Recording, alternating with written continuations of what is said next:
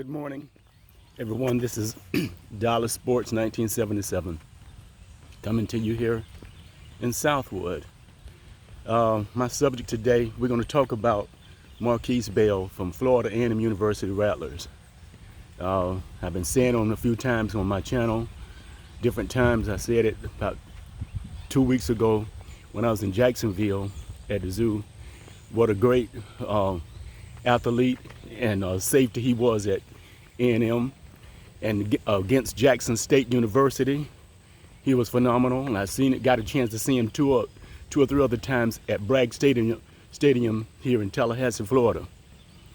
Well, he should have been drafted, but he was not. But he ended up being Dallas got him as a free agency pick, that's a great thing for the Dallas Cowboys, because this young man has what it takes to be great. And I'm saying this because I'm being biased because I'm from this area.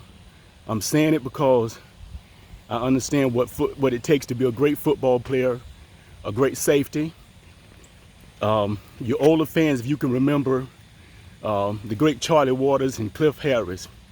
Cliff Harris went in the Hall of Fame about a year and something ago.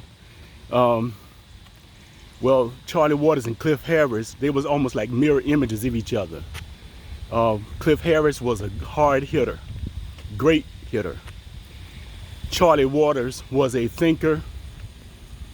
He was like a quarterback in the secondary, which he has the advantage in that area because in college at Clemson, he was a quarterback.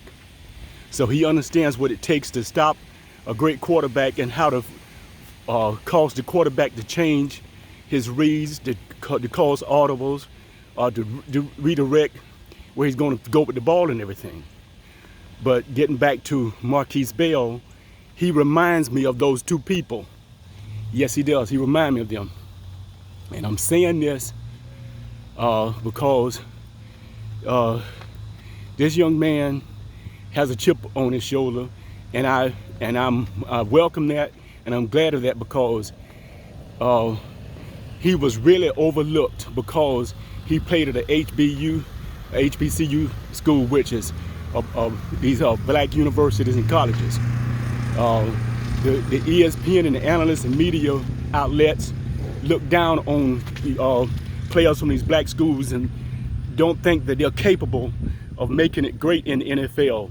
But if you go back and look at history, I can name them how many great ones played in black universities and came out to be superstars and great ones. The great Ed Too Tall Jones played at Tennessee State. The wide receiver that played for the Pittsburgh Steelers, not Lynn Swan, but the other guy, John Stallworth. I believe he played at Alabama State or either Alabama A&M. Had a bunch of them came out of Southern University. Back in the day, Grambling produced some great ones, like Doug Williams, or the great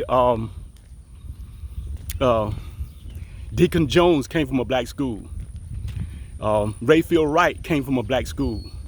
So there you have it. That's a lot of great legends I just named that came out of black schools and ended up being great football players. So don't look at because of where a student and a young man plays or where he went to school at to get his education and to work on his craft and to build greatness.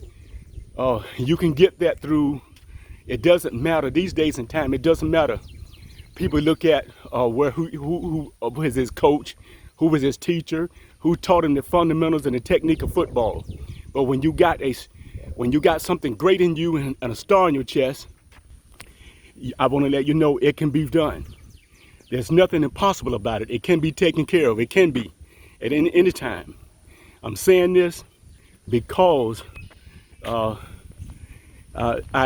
as a black man in America, we get looked down a lot because our counterpart, because they have an advantage. But that's not true these days and time.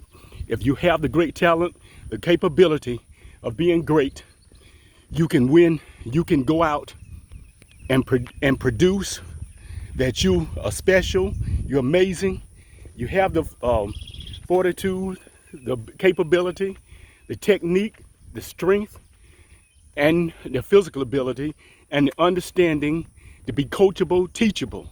This young man is very teachable.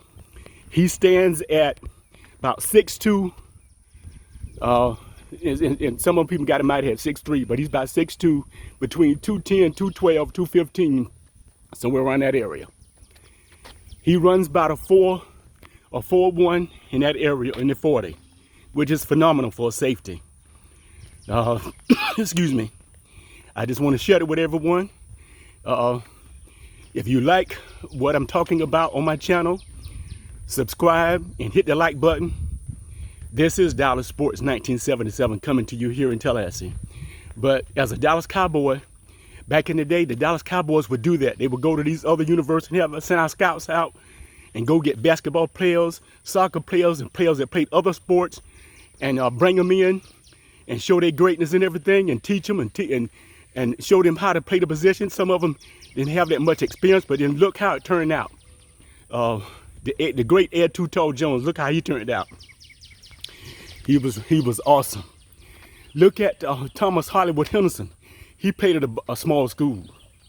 To me, he was, before there was a Lawrence Taylor, there was a Thomas Hollywood Henderson. This guy came from a small school. He ran about a 4.5, 6, somewhere around there.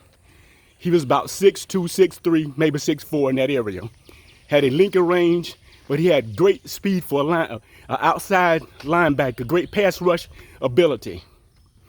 And he could run kick return, punt returns. He can cover tight end coming out of the backfield, cover running backs out the backfield. So I'm saying this, Marquise Bell reminds me of all of those other great Dallas Cowboy players that played for our great franchise. And so the media, people like ESPN, NFL Network, and Shannon Sharp, and Stephen A. Smith, and all these people that's downgrading the Dallas Cowboys and don't think that we're going to be great this year, I want to let you know you're in for the rude awakening and a big surprise. The Dallas Cowboys, we're going to have a great defense with Micah Parsons, outside linebacker / pass rusher, and we getting a lot of people back, and we had a good draft with Tyler Smith. We got Jalen Tolbert from South Alabama, which is another small school, but and he was overlooked. But I'm letting y'all know, y'all taking the Dallas Cowboys lightly. And that's the good thing. Y'all already predicted the Philadelphia Beagles. Oops, I apologize. I meant the Eagles. Y'all already picked them and crowned them as the NFC East champions. Don't count your eggs before they hatch. Then open the box and think you got a dozen of eggs when there's some eggs missing. Because the Dallas Cowboys is coming for the NFC East, the New York Football Stinking Giants, the Washington Commanders, and the Philadelphia Eagles. Look out, the Dallas Cowboys are coming. This is Dallas Sports 1977 coming to you here in Southwood. You be blessed, put God in your life, love one another, help one another. God bless you, thank you, take care, and I love you. And let's go Dallas Cowboys, America's teams, and great fans. I love you, take care, bye-bye.